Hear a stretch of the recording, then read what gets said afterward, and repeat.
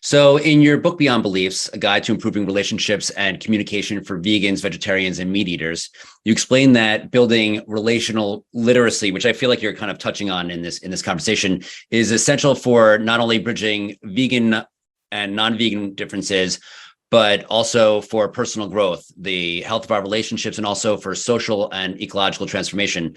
What exactly is relational literacy? And to the extent that you haven't touched on all of it, why is it so important? Yeah, absolutely. So relational literacy is the understanding of and ability to practice healthy ways of relating. And it is one of the single most important and transformational, building relational literacy is one of the single most important and transformational undertakings any of us can embark on. And it can completely change your life and certainly can really change your relationships.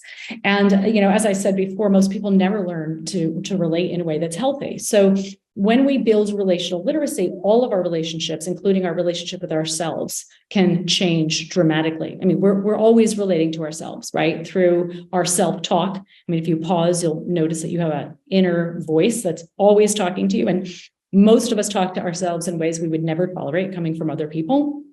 And there's been a lot of research on this, and changing that self-talk can change your life. So that you have a healthy relationship with yourself. We relate to ourselves through, the choices that we make that impact our future selves, our 5 minutes from now selves or our 5 years from now selves. We're always relating. We're always in relationship. And when we don't know the principles and practices for relating in ways that are healthy, we're at an incredible disadvantage. And, when you think about it, some of the most pressing problems, not only in our personal lives, but also in our world, right? War, poverty, animal exploitation, climate change, patriarchy, racism, it could go on and on. These problems really share a common denominator. All of them share this common denominator. That common denominator is relational dysfunction. It's dysfunctional or problematic ways of relating between social groups, between individuals, between humans and non-human animals, between humans and the environment, and of course, between us and ourselves. What this means is that learning to relate in a way that's healthy, which is learning to build relational literacy, is also a common denominator in helping transform all of these problems. And, relational literacy is based on many principles and practices, a lot of tools that go into it, but anybody who wants to learn to build relational literacy can. I have a book. I wrote a book called Getting Relationships Right, which is a one-stop guide to building relational literacy. And frankly, if a person improves their relational literacy by just 5%, even that can transform their lives. So when we learn to relate in a way that's healthy, we can relate across differences. We can have conversations across differences. We can navigate problems in a completely different way than we had before. Great, thank you.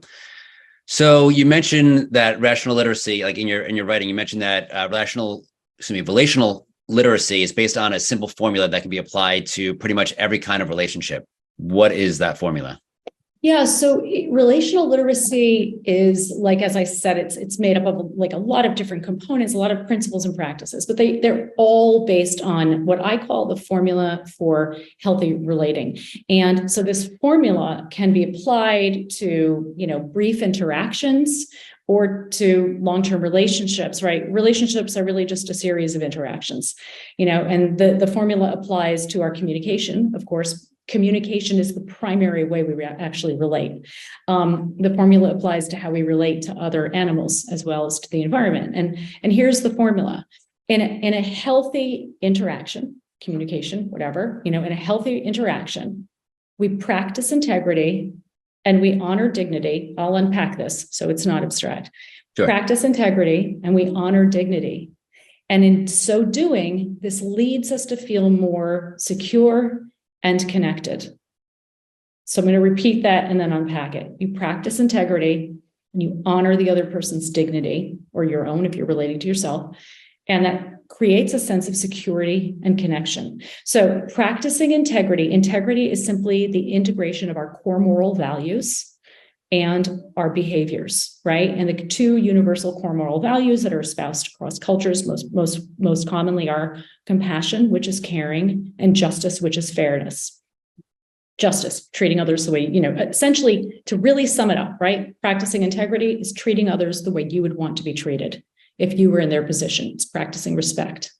So honoring dignity is thinking of and treating, so dignity is in your mind as well as your behavior, treating someone else as no less worthy of being treated with respect or of occupying space on the planet than you or anyone else. So when you honor dignity, you basically say you have fundamental worth as a being. Doesn't matter what you've done, doesn't matter what you look like, you have inherent worth and you deserve to be treated with respect. This doesn't mean we don't hold people accountable. We just honor their dignity in the process of holding them accountable. When you practice integrity and honor dignity, this creates a sense of security and connection, right? And in let's pause for a second. If you think about a relationship in your own life and you think about a relationship that's a pretty good relationship, maybe a great relationship, chances are really high that you trust that other person really treats you with respect. They practice their integrity towards you. Chances are that you feel like they honor your dignity. They don't see you as less than in some way, less worthy of being treated with respect. And chances are you feel pretty secure and connected with them when you interact with them and in general in the relationship with them.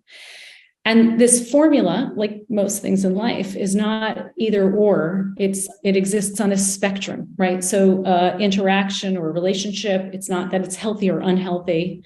It's that it's more or less so, right? So on the other side of the spectrum, are dysfunctional behaviors, and dysfunctional, or I call them non-relational behaviors. They're the opposite.